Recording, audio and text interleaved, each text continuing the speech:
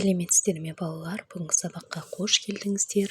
Бүгін біз сіздермен 74-ші сабақ түбір мен қосымша тақырыбын өтетін боламыз. Бүгінгі сабақта түбір мен қосымшаны ажырата алатын боласың. 40-шы жаттығу. Өлеңді көшіріп жаз. Су сергідер денеңді, онымен дос болғайсың. Судан кейін сененді, ісіңді оңай жалғайсың. Өлеңнің авторы Ермек Өтетілеуұлы. Қарамен жазылған сөздің түбірі мен қосымшасын ажырат. Балалар, бұл жерде бізде қарамен жазылған сөз судан деген сөз, бұл жерде бізде су түбір, дан қосымша болып табылады екен. Келесі тапсырмаға көшейік. Келесі тапсырма бізде 41-ші жаттығу. Өлеңді оқы.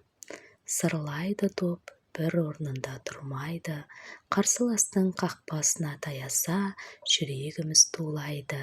Сырлайды топ, сырлайды, қалт жіберме. Сен қақпаны дәл көзде, қуанамыз сол кезде. Өлеңнің авторы Тұманбай Молдағалиев.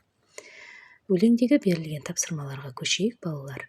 Өзің ұнататын команда жеңіске жеткенде қандай көңіл күйде боласың?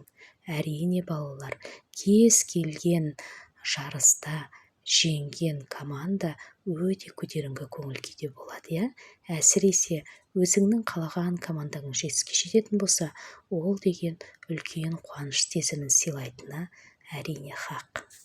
Сыныптастарыңа футбол ойыны туралы хабар жүргізіп көр.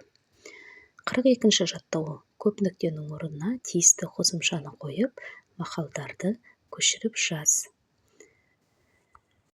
Тазалық саулық негізі.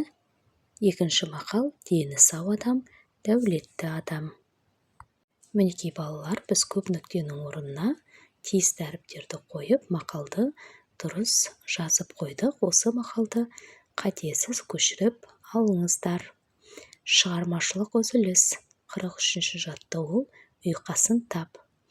Атпен шап, допты соқ, сумен бетіңді болсын денің. Бұл жерде балалар атпен шап, допты соқ, сумен бетіңді жу, болсын денің сау деп ұйқас құрастырсақ болады екен.